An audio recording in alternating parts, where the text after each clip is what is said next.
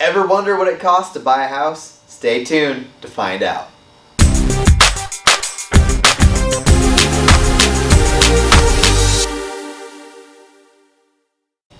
What is up, everyone? This is Bryan Castro with castro.com, and today we're going to be talking about how much it costs to buy a home.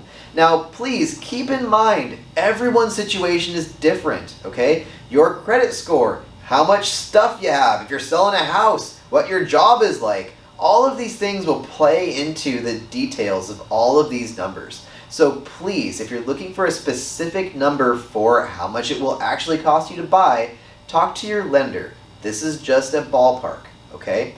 So in general, for most people, you're going to need to put down a deposit. Your deposit is usually 3% of the home value. That's kind of the tradition out here in California. Now, that's not a hard rule though. You can do less than 3% and hope it works out.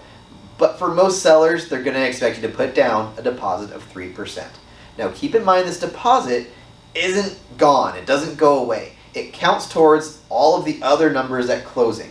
So you'll need that 3% up front, but it counts for your down payment, your closing costs, okay? So once you get your deposit in, you're going to have your inspections done. This will be a non-refundable fee. You're going to pay your inspector and you do not get this back if you decide to buy a different house, okay?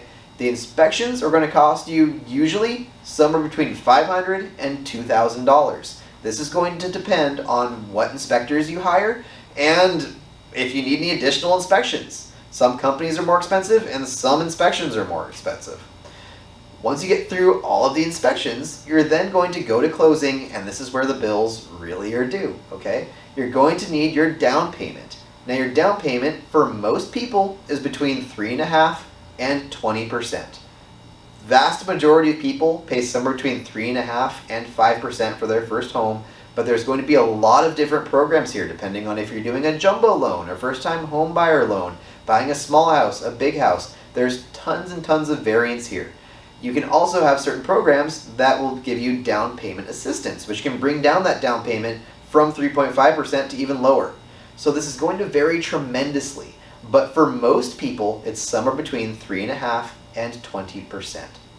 Then you're going to have closing costs. These closing costs are going to pay for the title company and for the lenders and other things that are involved.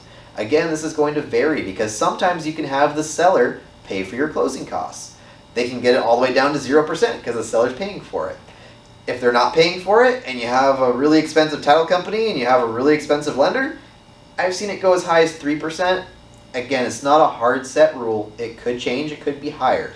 But for most of my clients, it's somewhere between 1% and 3% in this current market.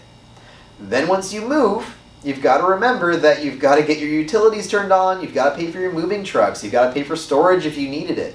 So all of those extra fees when you're done are going to add up. I can't give you an exact number on the utilities getting turned on and all that stuff because it's going to vary by situation and by neighborhood. On top of, if you're moving farther, you're going to have a lot more moving expenses. Just don't forget that those are going to be there.